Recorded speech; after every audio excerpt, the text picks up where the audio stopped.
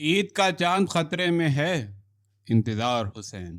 رویت حلال کے سوال پر اختلافات بھی تو عید کی گہما گہمی کا لازمہ ہیں، اس لیے ان پر قرآن کی ضرورت نہیں۔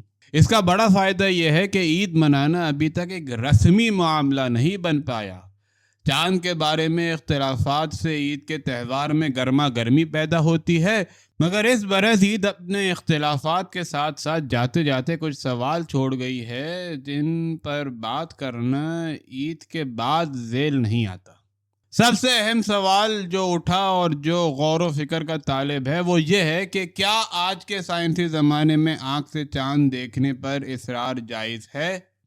سائنس نے ایسی سہولیتیں مہیا کر دی ہیں کہ آنکھ سے چاند دیکھنے کی شہادت ضروری نہیں رہی، بلکہ تضیع اوقات کے ذیل میں آتی ہے۔ مزے کی بات یہ ہے کہ وہ بنیاد پرست بھی جو 1400 سال پہلے کے طور طریقوں کو عین اسلامی قرار دے کر ان کی تجدید کا مطالبہ کر رہے ہیں، وہ بھی بلکہ سب سے بڑھ کر وہی یہی دلیل پیش کر رہے ہیں۔ ستم میں ظریف سائنس کے کہاں جا کر قائل ہوئے ہیں۔ آنکھ سے چاند دیکھنے پر جو اصرار ہے، شاید اس کی معنویت کو ہم نے سمجھنے کی کوشش نہیں کی ہے۔ اسے قدامت پسندوں کی ضد نہ سمجھیں، تھوڑے سے تحمل کے ساتھ اس کی تہذیبی قدر و قیمت کو، اس کی انسانی معنویت کو جاننے کی کوشش کریں۔ یہ انسانی معنویت سائنسی معنویت سے زیادہ قیمت رکھتی ہے۔ زمانہ قدیم کا آدمی فطرت سے جڑی ہوئی مخلوق تھا۔ مظاہر فطرت اس کے لیے بے جان اشیاء نہیں تھے، یہ مظاہر اس کے حساب سے جاندار تھے اور ان سے اس کا جیتا جاگتا رشتہ تھا۔ بے قرار آسمان اپنے چاند، سورج، ستاروں، سیاروں اور کہکشاں کے ساتھ اسے زندہ و تابندہ نظر آتا تھا۔ زندگی کے آغاز کے ساتھ ہی یہ شاید اس کے لیے سب سے حیرت ناک اور مرعوب کن تجربہ تھا۔ اقبال کے یہاں روح ارضی آدم کا اس طرح استقبال کرتی ہے: کھول آنکھ، زمیں دیکھ، فلک دیکھ، فضا دیکھ، مشرق سے ابھرتے ہوئے سورج کو ذرا دیکھ۔ ڈی ایچ لارنس نے اس پر بہت ماتم کیا ہے کہ آج کے انسان نے، دوسرے لفظوں میں مغرب کی خلقت نے، سورج کو گم کر دیا ہے۔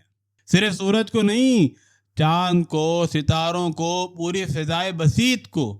اب چاند سورج اس کے لیے مردہ حقیقتیں ہیں۔ سائنسی تفسیر و تشریح نے ان کے بارے میں اس کی معلومات میں تو بہت اضافہ کر دیا ہے، مگر ان کے ساتھ جو ایک بھید بھرا جیتا جاگتا رشتہ تھا وہ ٹوٹ چکا ہے۔ لارنس کی اس بات کا اطلاق مسلمانوں پر بھی ہوتا ہے، مگر ایک استثناء کے ساتھ۔ کم از کم چاند کے ساتھ وہ جیتا جاگتا رشتہ جو صرف قدیم انسان کو میسر تھا، مسلمانوں میں ہنوز برقرار ہے۔ قمری کیلنڈر اس رشتے کا ضامن ہے۔ یار لوگ بالعموم قمری کیلنڈر کو شمسی کیلنڈر کے مقابلے میں ناقص جانتے ہیں۔ شاید بعض اعتبارات سے ایسا ہی ہو، مگر یہ کیا بات ہے کہ شمسی کیلنڈر والوں نے اپنی شب و روز کے لیے سورج پر انحصار کیا، اس کے باوجود بقول لارنس سورج کو گم کر بیٹھے۔ سورج کے بارے میں ان کے پاس سائنسی معلومات بہت ہیں، مگر سورج ان کے لیے کوئی زندہ تجربہ نہیں رہا۔ قمری کیلنڈر کی جیت یہ ہے کہ اس نے چاند کو مسلمانوں کے حسی اور روحانی تجربوں کے بیچ سے کم نہیں ہونے دیا۔ ہر مہینے کی 29ویں کی شام کو یہ تجسس ایک ڈرامائی تذبذب کی شکل اختیار کر لیتا ہے۔ اس شام چاند ہمارے لیے بڑا مسئلہ ہوتا ہے، اور اس شام چاند کی دید اسی قسم کی حیرت اور مسرت کا تجربہ ہوتی ہے جو قدیم تہذیبوں کو میسر تھی۔ بعد کے انسانی زمانے اس سے محروم ہو گئے۔ بچے، بڑے، لڑکیاں، لڑکے، جوان اور بزرگ چھتوں پر چڑھ کر آسمان کی طرف دیکھتے ہیں۔ ان کی مشتاق نظریں پورے آسمان کا کس تفصیل سے سفر کرتی ہیں، اور جب چاند ڈھونڈ نکالتی ہیں تو حیرت اور مسرت کی کتنی بڑی لہر یہاں سے وہاں تک، چھتوں سے آنگنوں تک، مسجدوں سے بازاروں تک، بازاروں سے چائے خانوں تک دوڑتی چلی جاتی ہے۔ پھر چاند رات کس گہما گہمی سے منائی جاتی ہے اور عید سے پہلے بنفسہ تہوار بن جاتی ہے۔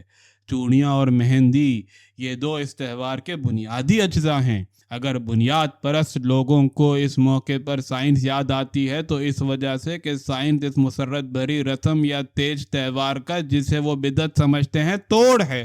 اب رؤیت ہلال کے سلسلے میں آنکھ سے چاند دیکھنے کی رسم کو معطل کیجیے اور سائنس کو درمیان میں لے آئیے. عید کی ساری گہما گہمی، سارا ریچول غائب ہو جائے گا.